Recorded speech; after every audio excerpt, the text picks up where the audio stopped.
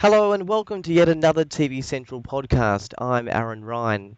When Channel 10 released its slate of programming for 2011, there was a little show called Can of Worms. Reading the description about it being an open and frank discussion about topics that affect Australians, with a little humour and political correctness given the royal flick, I was massively intrigued. I thought to myself, Australia really needs a show like this. Dicko's vision for the show was exceptional and right on the mark, and it finally made it to air just 2 weeks ago.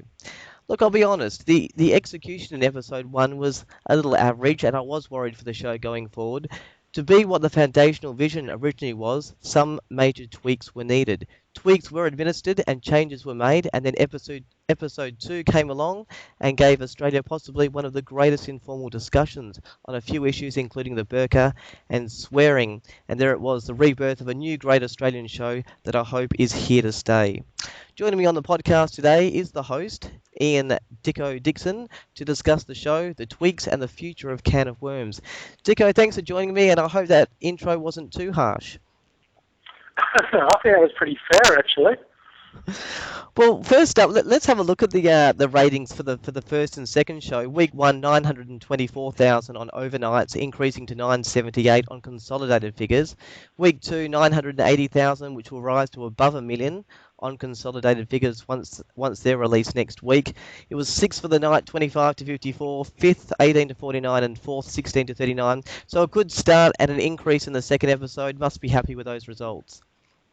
Oh, we were all happy. I think a lot of us were expecting a bit of a hit in the ratings in week 2, because that seems to be the norm. Everyone tunes in. You've got the benefits of a big, big spend and multimedia marketing campaign, and everyone samples it first week and then thinks, oh no, we're over that now. We'll move on. But I think we must have captured some people's imagination because we increased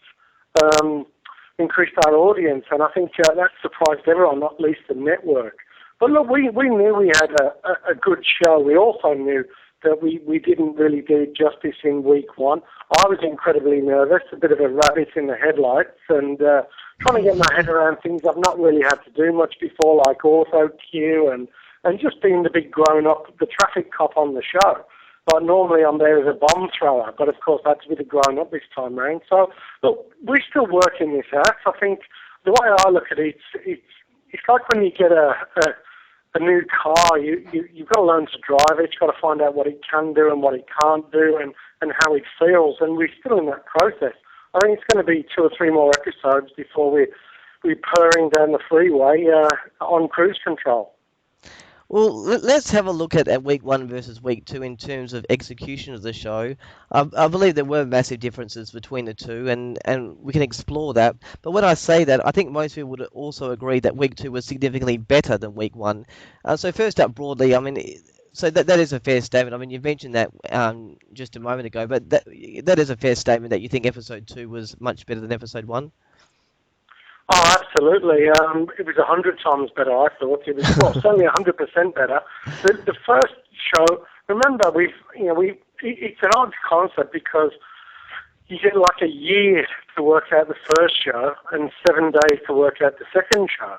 And bizarrely, the second show breathed a lot more. It was a lot looser. We involved the audience, and we had live tweets running for the first time. So I think even though it's not a live show, it definitely felt more alive. There was a little more breath in it, and it was just a lot looser and more relaxed. Plus, we had the benefit of 2 awesome conversations and 3 very vocal, very different guests. But yeah, look, I watched it on Monday night with my wife, and I found it a really engaging piece of television. And normally, I'm so self-conscious I can't get beyond my own shabby performance. But I forgot I was on the show and was really taken up by the conversation on Monday. So I think a lot of other viewers were too. Well, let's look at some of those areas where the show changed, as I think this is important for the audience as we move forward with the show. First up, the whole flow of the show seemed to shift between the 2 episodes. Episode 1 seemed segmented, a topic, a chat insert a punchline, play a game, ad break. Episode 2 seemed to flow better with a more open and honest flowing discussion, more in the vein, I suppose, of Channel 10's old series, The Panel. Were the gimmicks and segmented approach to episode 1 something that was fed back to you and you had on your mind for episode 2? No, look, I think it was everyone's best efforts were put into episode 1, but there were certain things that we thought would work terrifically well, like the wrongometer, to set out the universe at the top of segment 1. And I guess that's something that's a tried and tested way in a show such as this, where you just establish, what it is you're talking about and get the viewers used to the subject matter and make them aware of what's going to be asked of them through some signposting. I guess following the first episode, we thought, well, it acted as something of a speed bump. We didn't need it. I think all of our marketing had sold the public on the fact that we were going to be having some in-depth and some edgy conversations. And so we thought, well, we might as well just get straight into it. There's no point just messing around for the sake of it.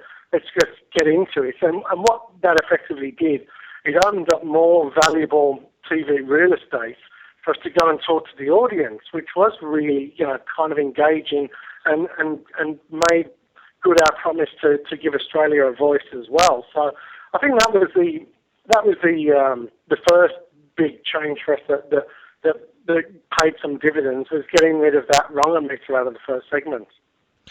Well, most people agree that the best part of episode 1 was at the end, when you really got into some serious discussion about spying on your kids, which led to bullying and suicide. The burqa topic then opened episode 2, which seemed to continue that form of discussion. Feedback was that the whole bogan thing was not sort of that controversial and maybe a bit amateurish. In retrospect, do you feel that this was the best topic to open episode 1 with, and will there be more focus on the more serious controversial worms as the episodes progress? Look, there's no desire to be a controversial show. Obviously the subject matter that we're dealing with is all stuff that's got people's knickers in a twist and offended some people. But what we're trying to do is to actually have a good conversation about stuff where controversy reigns normally, because it's dealt with by, either angry shock jocks or headline writers or people from interest groups who rarely allow opinions and conversations to be aired in a rational manner. That's something that we aim to do. But the whole thing about the bogan conversation, I guess we did.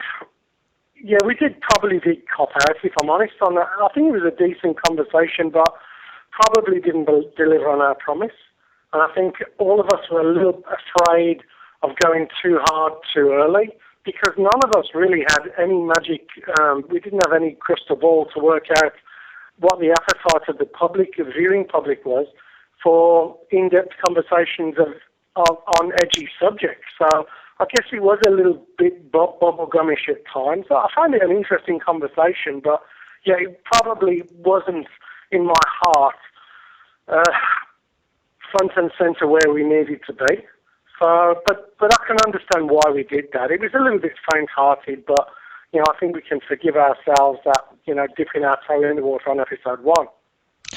Look, there was no hiding that the show is pre-recorded the previous day. You have mentioned that, and therefore it can be edited quite significantly. Feedback was that the edits were quite obvious in episode 1, not so much in episode 2. Did you feel the editing was less obvious in the second episode?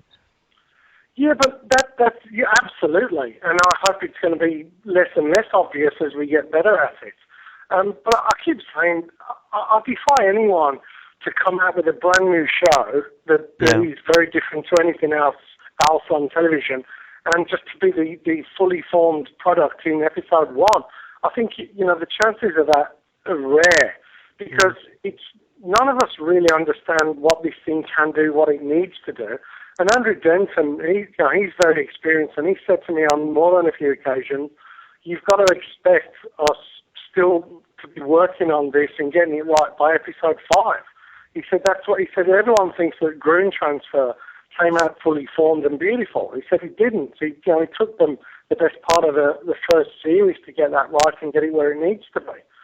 So I think we there's no point of us. There's no point of us being hard on ourselves. We are our own heaviest critics, and we love the show. We think we're in the right space, but I think all of us know that we've got to keep improving this show and making it as good as it can be, and to make sure that we're not changing for the sake of it, to make sure that we're not responding to with a knee-jerk reaction to stuff that people say. We've got to back ourselves and just stick with the things that we've got that we think are going to work, and just get rid of the things that we're nervous about that we have no proof of concept on, like we did with the wrongometer.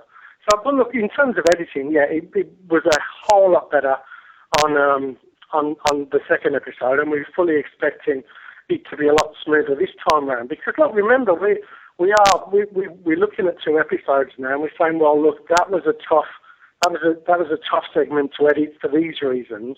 So now we're going to try and fix those elements in the record to make it easier to edit. Yeah. One of the other differences was with obviously the choice of guests. Episode 1 went with comedians or big personality people. You had Jason Ackermanis, George McEnroe, and Craig Rucastle, and therefore there seemed to be a bit of a competition for a punchline or a big statement. Week 2 had Tom Ballard, Jessica Rowe, and Don Burke, a much more diverse group of individuals with very different backgrounds and values. There seemed to be more to it. Then there were just 3 different guests in week 2. There seemed to be a more targeted sense of people that would fit in with the more serious topics, I suppose, in week 2. I mean, is that a fair call? You're more conscious with whom you have on the show, taking that more serious tone? I think we've all agreed that it is important to have at least one comedic voice on the panel. Yep. And that's because it's not a desire to become a zinger fest where we just throw gags around about every important issue. Humour is really important to us. I think humour is really important in discussing serious topics, because if you want to get someone's attention, you don't get the nation's attention with a very dry, conservative conversation. You get the audience's attention on big topics by making it entertaining and compelling and robust, and humour can be a big part of that. So we've always felt that the good thing about having a comedic voice on the panel means that those guys, by definition, are happy to take conversations into a brave space, and I think that, and they will encourage the other 2 guests to go there.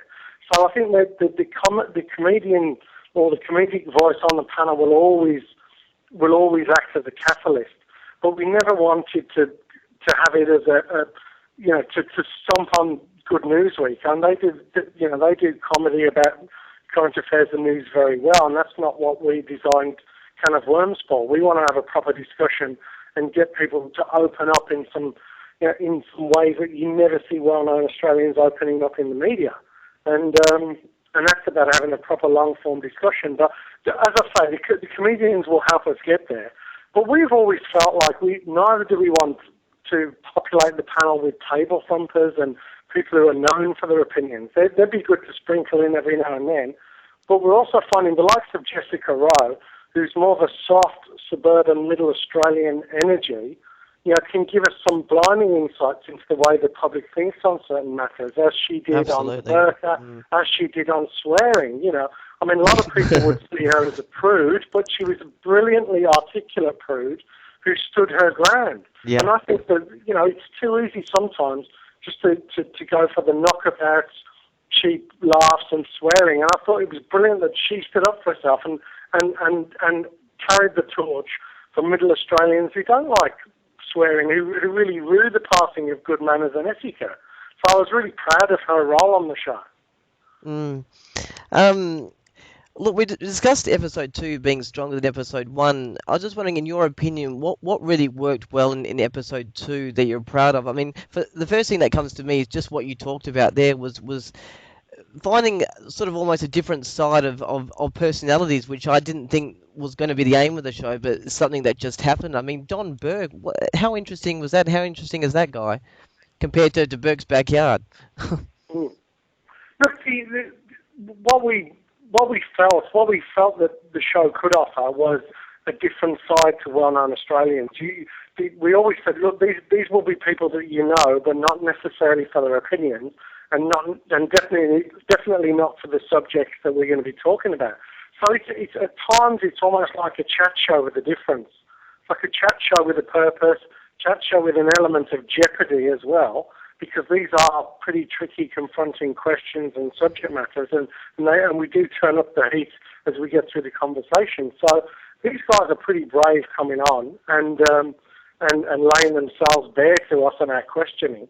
But that was always the desire, was to get a range of different opinions through well-known Australians, so that the viewer at home could feel a sense of relatability, like that they were saying, well, that's the way I think, or I'd never thought about that in that way, but she represents the way I see life, or oh, I'm so glad I don't live with him, or, but I think I was really proud of the fact that it was kind of an unusual group of people to put on a prime-time TV show, but it worked so beautifully well, not because of the marquee nature of the names, but because of the courage of those three people and the preparedness of them to be in the moment, to be honest.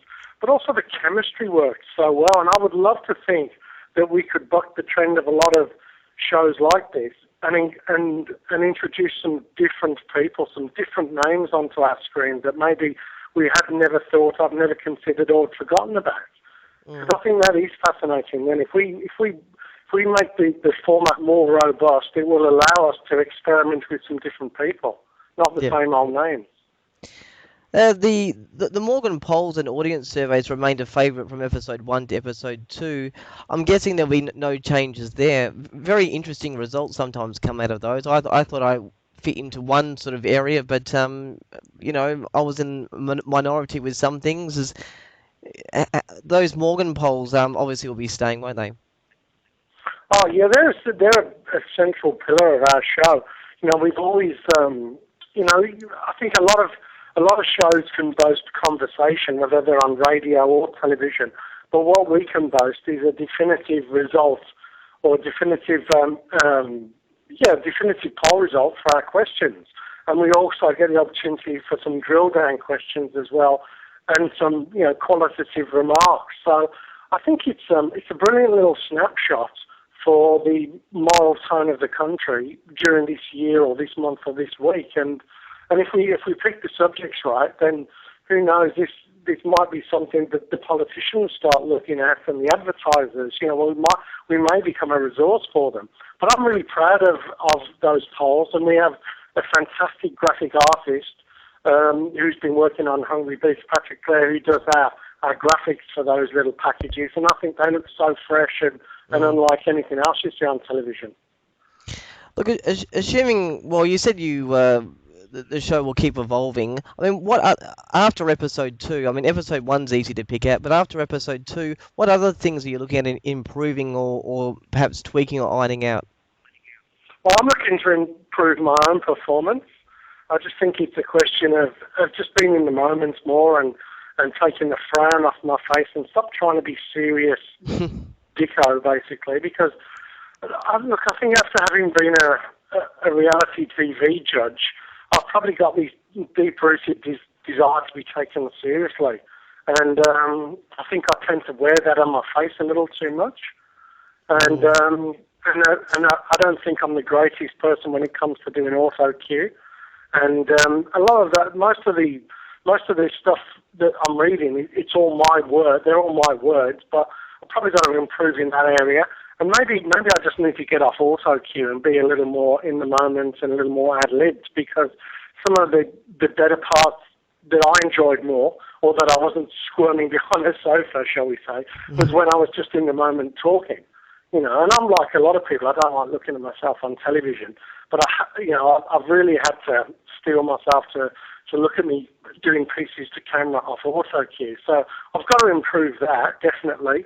I think we really like our game, the moral minefield. I think I think it's an opportunity for us to undo our belt buckle and to roll our stockings down and just to have a little bit of fun while getting some really good insights. But I think we're just going to try and bed that in a little bit. Probably use our audience a little more, and look, I think we really feel like we had a win with episode 2, and what we want to do more than anything is just build on that, and just to stabilise the show. Really, I don't think it's the sort of thing we want to be changing every single week, because I think the public require a certain amount of familiarity, something that they can depend on every week. So if we're chopping and changing between every single episode, it's not going to be good for the public. So Yeah. I think we reached a fairly good space, and we don't want to change things too much this week. We just want to build on some momentum that we had from last week, and just make sure that we have good conversations. That's the main thing. I mean, look, it's odd because most shows will talk about a journey or production values and bells and whistles. Ultimately, our show really lives or dies on three people having a really good conversation. Yeah. Which is, that's kind of a basic primal thing that all humans have, really. So it's a simple concept that, and as Andrew Denson often says, they're the hardest ones to get right. Look, I just wanted to, I suppose, challenge you with one thing. It's a personal opinion, as I have not really read this opinion online. It's sort of in reference to the topic of the burqa that was discussed in episode 2. I mean, this is a hot topic in the news, sometimes controversial and definitely worth coverage in Can of Worms.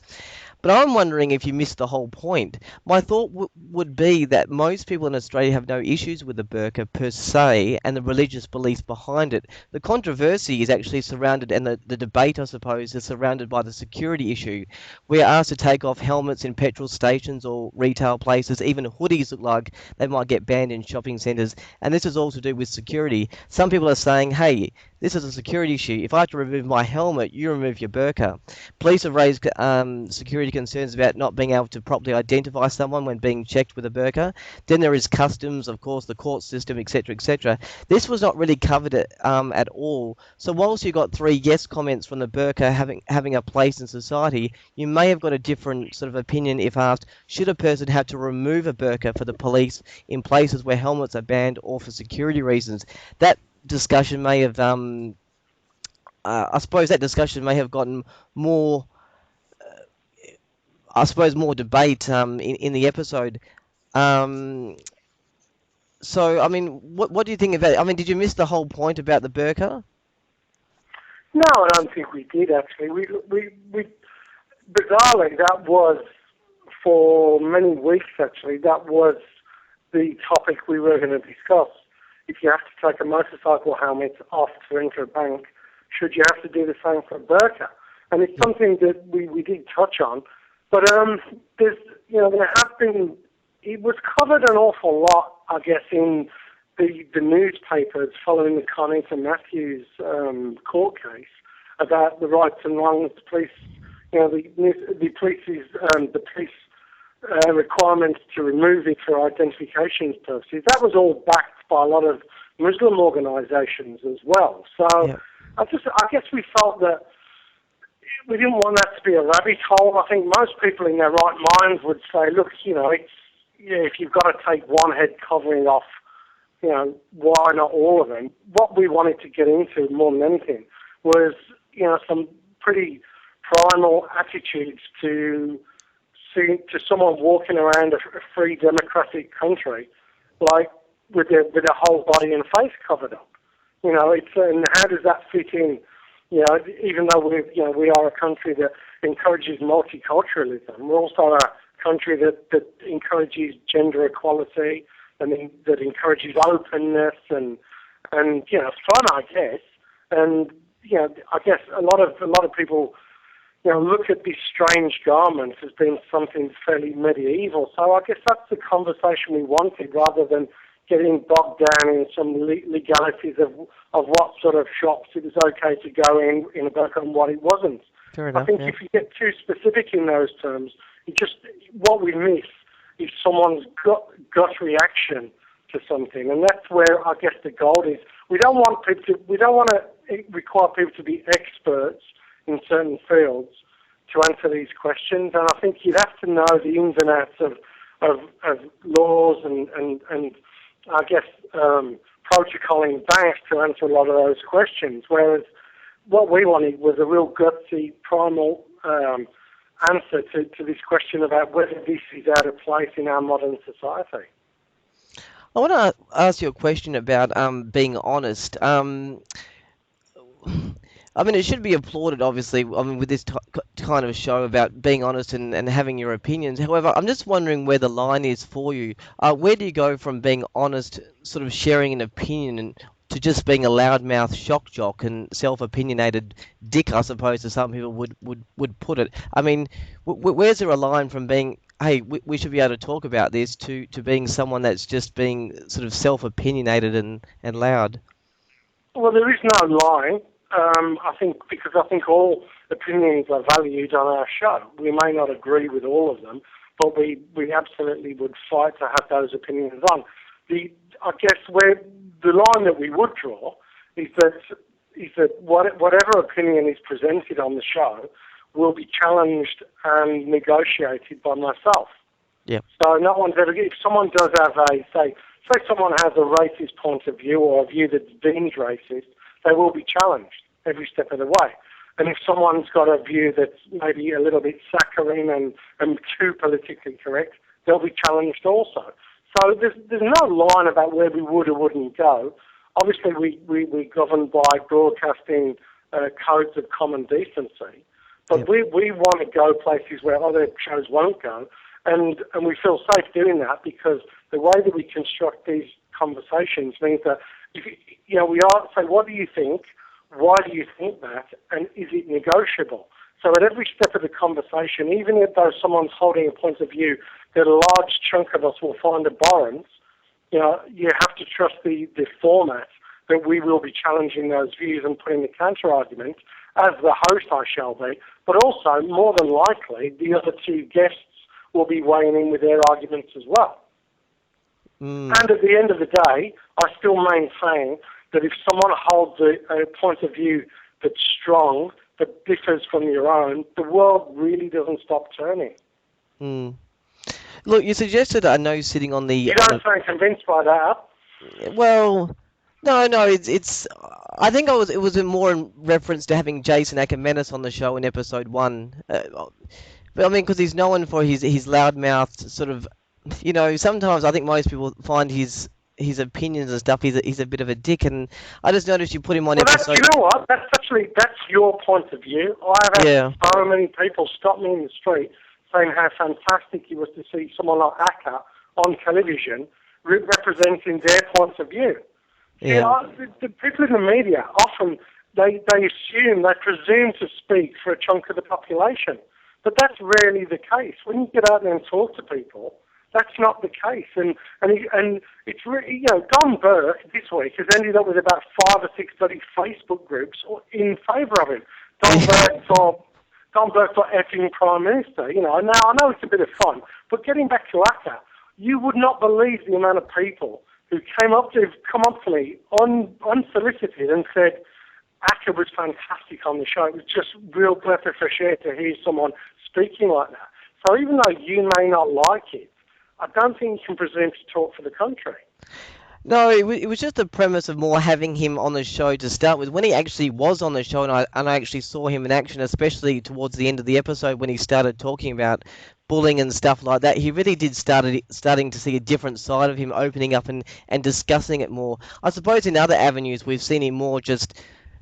It's just a one-off line that he's just throwing out there, and that's been put out to the media. But I suppose when the show, helped by showing a different side of him where he can actually talk about his issues more rather than just throw out one-liners that you sometimes see in the thing. It was just your opinion on that. I guess you suggested a no sitting on the fence, no apology, no holding back approach to the show. Episode 1 aired, and 10 was already issuing an apology to a family that had their photo of their son that had committed suicide. Are you already going to be more careful moving forward, or...? Oh, look, that was unfortunate because the producers had, our producer had a conversation with the guy's father before the show and talked about that he was going to be on, and he was in support of that. But then when it was on the show and Acker made those comments, he felt wounded, and I guess it brought up an awful lot of stuff that they've been trying to deal with, and it was pretty raw still. So that's not the intent of the show. We don't want to, we don't want to hurt people. We don't want to make people's life a misery. It's we're all human beings.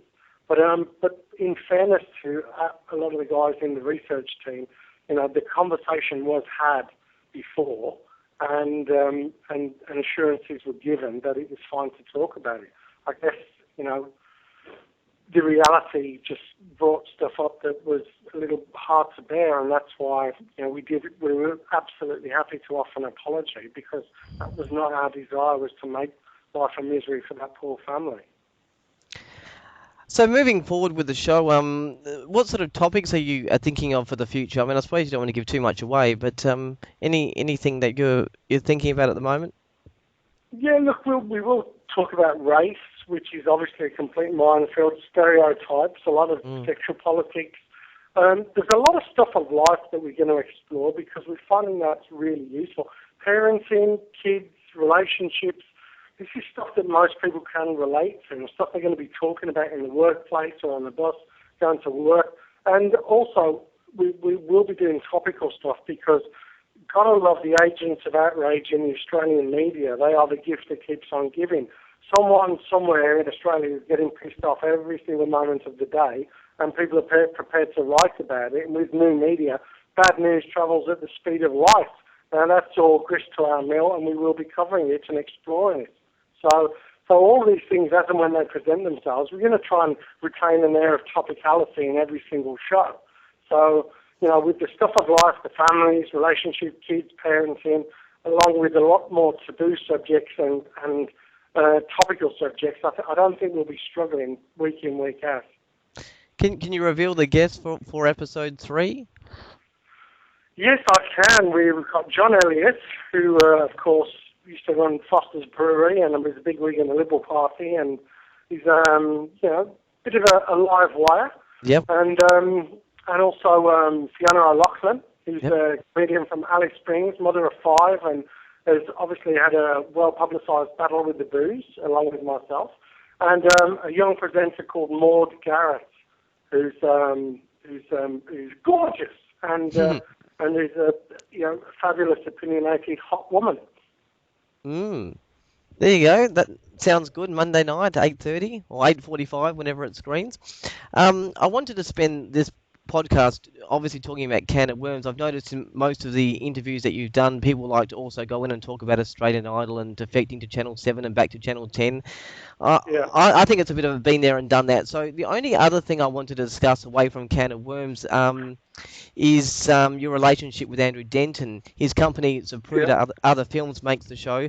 How much involvement does he have with the actual show? Total involvement. 7 days a week, really. He's the executive producer of the show, along with his partner, Anita Jacoby. And, we talk about stuff every single day, swap texts and emails and phone calls after hours, and his hand is all over this. He's very, very, very hands-on, and he's a very impressive character as well, because he's got an amazing attention to detail. You'll send him something and you'll get it back marked up within half an hour, asking for a redraft within the next 15 minutes. So he's a very tough marker, but that's great, because I don't think we could be. Can't imagine working with anyone else or another company on this show. Him and his team have really helped take this to the brink of what it needs to be. And what feedback has he given you after? Well, not so much just episode 1, but just 2 episodes of aired. What sort of feedback has he given you? Look, he's been really supportive of me. I'm really grateful. But he's trying to get me, I guess, just to loosen up a bit. It's not like he's giving me feedback on the show, because he doesn't need to. He's part of the show. But in terms of my own personal performance, he's constantly trying to get me to back myself. And I think he understands that maybe at times I feel a bit self-conscious about the role I'm playing, and he said, look, you need to loosen up and be the person that we know, and give the public an opportunity to see what we see. And yeah, he's just been very supportive, trying to get me to where I need to be as a presenter. I mean, the whole loosening up thing, though, I mean, for feedback, I mean, that was noticeable in episode 2, starting to loosen up, especially when you were sort of challenging Don Burke with some of the things that he had to say. Obviously, that's not auto cue driven. You're sort of jumping in there and stuff, so that seemed a bit looser. Oh no, look, it was, but it's just what he's saying, what Andrew's saying is lose the fan, loosen up a bit, come off auto cue more, and just trust yourself. So look, I guess, twice a week, I get down on Dr. Denton's couch and he gives me a pep talk for the coming show, and hopefully bit by bit I'm going to be relying less and less on those pep talks, because I'll start believing in me as much as he believes in me. Look, you do have a perfect guest for that show that's that's right next to you, Andrew Denton. Is there any chance? Two chances. Neither of them in the affirmative.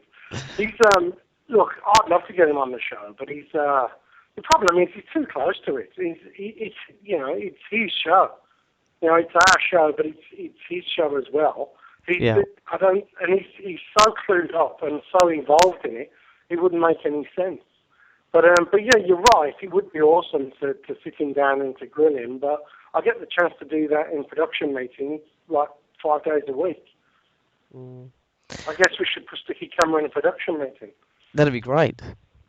Well, just to wrap up, do you feel an important sense of duty with this show? I mean, I ask this because most would agree that political correctness has gone mad, absolutely mad, almost to the point that anything you say about any subject is taboo. This show is an avenue for people to have views they want talked about and discussed without the fear of being sort of slapped down for it. So I don't think this is a show that people just want, but a show that society, Australia, and the audience need. I mean, is that a fair call? I'd love to think that, but I'd blush to say that because it's a little bit high-minded. Look, who wouldn't want to create a TV show and to make a TV show that has an effect on the way the country sees itself? I mean, that would be any program maker's dream. But ultimately, what we have to do is to put out a string of good shows that people can learn to rely upon for great, in-depth, sparky conversation that can provoke, inspire, explore, and entertain. And if we can do that over the next few weeks, chances are we might be asked back to do it again next year. And I think if you ask me that question in a few years' time, and we have managed to do what you suggest is possible, I'd be happy to crow from the highest rooftop. But I can't do that now because I just think I'd be heading for a fall if I made that claim.